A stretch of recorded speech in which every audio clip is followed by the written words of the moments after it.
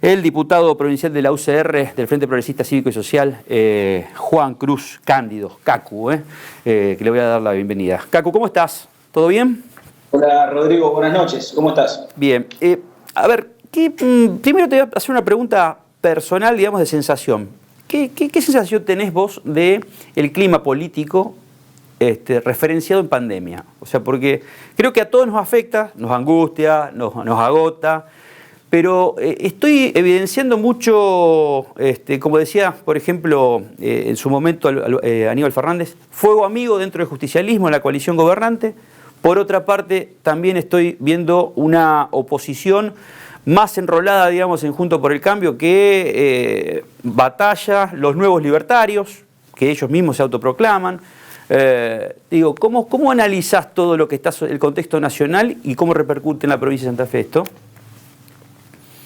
La verdad es que es un escenario preocupante, como vos lo describís, Rodrigo. Por un lado, un presidente que pareciera tener que encerrarse cada vez más en los discursos de los extremos, por lo menos del extremo que reporta su coalición gobernante, y por otro lado, una oposición que también, a nivel nacional, muchas veces cae en la tentación también de extremar los debates, en la manera de plantearlos, en la manera de analizar el país. Muchas veces no se sabe qué es más parecido a Venezuela, si el gobierno o la oposición. Interesante definición esta, porque justamente fue el debate político de la semana esto, la posición de Relaciones Exteriores de Argentina sobre el caso Venezuela, y la renuncia, por ejemplo, de Alicia Castro, ¿no? Que nada más ni nada menos fue embajadora en Venezuela y hasta ahora era embajadora en Rusia. Claro, pero y esto además expresa la manera de relacionarnos. Estamos hablando de la política exterior de la Argentina. Estamos hablando además de lo que es a todas luces un gobierno autoritario que comete innumerables violaciones a los derechos humanos. Hay un informe inobjetable que es de Naciones Unidas, de la expresidenta Bachelet de Chile, que nadie puede acusar de reaccionaria o de conservadora, que prueba estas violaciones a los derechos humanos. Y hubo una posición de la Argentina correcta, condenando esa violación a los derechos humanos. Sin embargo, el presidente, por un lado, tiene que darle explicaciones a parte de su coalición gobernante que tiene una añoranza y una nostalgia del chavismo, y por otro lado encuentra que los sectores que le venían pidiendo que se exprese en contra de las violaciones de derechos humanos en Venezuela, ahora que lo hizo, le dicen que no alcanza, que está mal. Entonces, evidentemente hay una tensión y una necesidad de los dos extremos de extremar la contradicción, por lo menos discursiva, justo en momentos en los cuales lo que necesitamos como nación es que ocurra todo lo contrario. Porque son momentos muy duros, sí.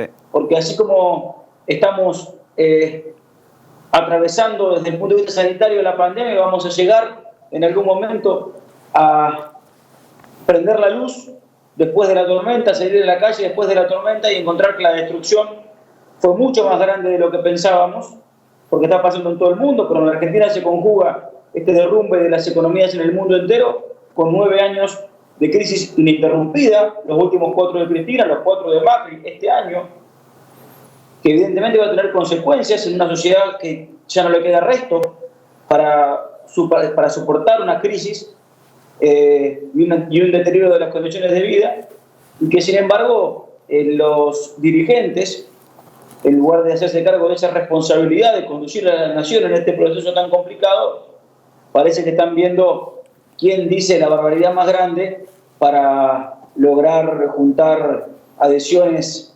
que muchas veces son solamente adhesiones de redes sociales. Es como cuando los diarios titulan algo estruendoso para que la gente entre a ver la nota.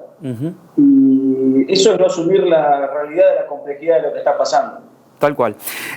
A ver, vamos a algunos de los proyectos, digamos, que generaste y, por supuesto, con algunos de tus colegas. Ahora, hay un proyecto, digamos, que me parece interesante y que debe guardar justamente una incógnita que tienen ustedes, una pregunta madre, que es sobre las estadísticas de COVID. Presentaste un proyecto para que informe el gobierno provincial sobre las estadísticas reales de COVID. ¿Por qué? ¿Qué es lo por qué el espíritu de ese pedido? Bueno, primero, de ningún modo hay un espíritu de poner en duda o sembrar zozobra respecto a los números. Pero la inquietud nos surgió cuando la provincia de Buenos Aires, hará unos 10 días atrás, corrigió la nómina total de fallecidos y aumentó en 3.500 la cifra que tenían, anunciando que habían cambiado la manera de medirlo, donde tenían como base el SISA, que es el Sistema Integrado de Salud de la Argentina, donde ahí se cargan desde cada uno de los efectores los datos de los fallecidos, y a ese SISA, que usa todo el país, le agregó a la provincia de Buenos Aires el registro provincial de las personas, donde están las altas y las bajas, digamos, los fallecimientos y los nacimientos, y el índice de ocupación de camas en el sistema de salud. Cuando hicieron ese agregado de fuentes para construir los datos, notaron que había 3.500 muertos que no habían contabilizado, que no se habían cargado en el SISA porque, insisto, es algo que tiene que hacer cada uno de los efectores. Y a su vez, cuando anunciaron esto, el jefe de gabinete de la provincia de Buenos Aires, Blanco, dijo que era la primera y única provincia que tenía datos certeros luego de esta combinación de estadísticas. Por eso, lo que hicimos en el pedido de informes es preguntar al Ministerio de Salud qué base de datos usan para informar los fallecimientos, si solamente el SISA u otras, qué demora tienen registrado en la carga de datos promedio en el SISA, y si tienen pensado, al igual que yo en la provincia de Buenos Aires, sumar otras fuentes para tener una estadística más consolidada y más cercana al número total. ¿Pensás que se está manejando bien el gobierno de Perotti con respecto, digamos, a la cuestión sanitaria? Yo creo que se manejan como pueden y con lo que tienen a mano y con lo que deciden tener, con lo que deciden gastar. El gobierno tiene recursos suficientes para que muchas de las cosas que se podrían haber activado en este tiempo se activen. Básicamente tener más personal de salud, en mejores condiciones laborales, contratar personal nuevo, que hace falta, y mucho. Primero nos decían que lo importante era tener camas, y una vez que estuvieron las camas nos dijeron, la verdad que lo importante es tener personal que pueda atender esas camas. Pero no consiguen mucho personal porque la verdad es que no hay certeza ni siquiera de cuánto es la remuneración que van a recibir esos profesionales por el trabajo que están haciendo. Y eso es imperdonable en una provincia con un plazo fijo de 25.000 millones de pesos. No sé qué esperan para gastarlo.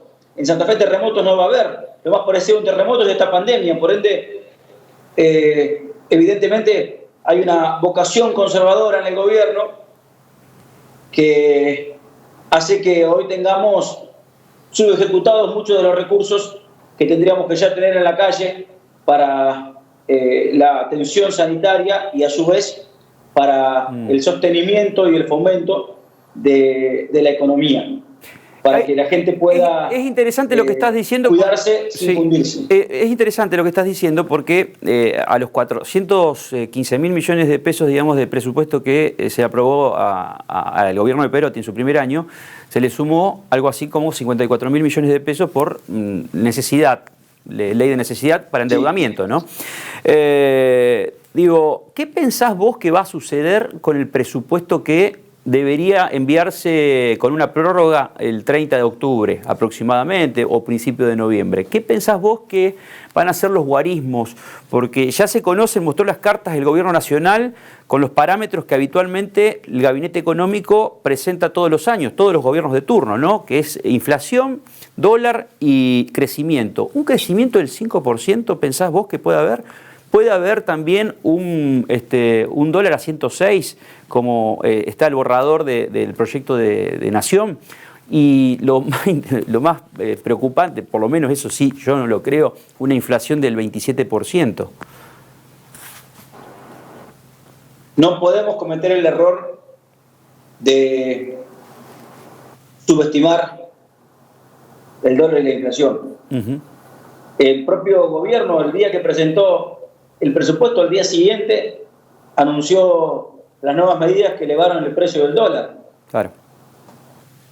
Entonces, si el gobierno provincial repite esos cálculos, aún sabiendo que las medidas que se tomaron al día siguiente impactan en el dólar y en la inflación, e impactaron en el dólar, en la inflación, evidentemente hay una vocación del gobierno de subestimar para luego disponer del sobrante de esos recursos subestimados. Una vieja práctica que no le hace bien ni a la salud de la economía ni a la salud de las instituciones. ¿Y aquí en la provincia cómo pensás vos que va a repercutir? La verdad que me preocupa que el presupuesto sea armado con la concepción de este gobierno, con la concepción conservadora de este gobierno. El presupuesto es la hoja de ruta de un gobierno. Vos decías, y hablábamos recién por el tema del plazo fijo de la pandemia, no hay Estado en el mundo que haya ahorrado dinero en estos momentos. No porque no haya querido, sino porque ha tenido que hacer frente a gastos extraordinarios en una circunstancia extraordinaria, para sostener la salud y para poner en marcha la economía. Europa, Estados Unidos, todos. El único caso en el mundo es Santa Fe, que cuando empezó la pandemia tenía 10.000 millones en el banco y ahora tiene 25.000.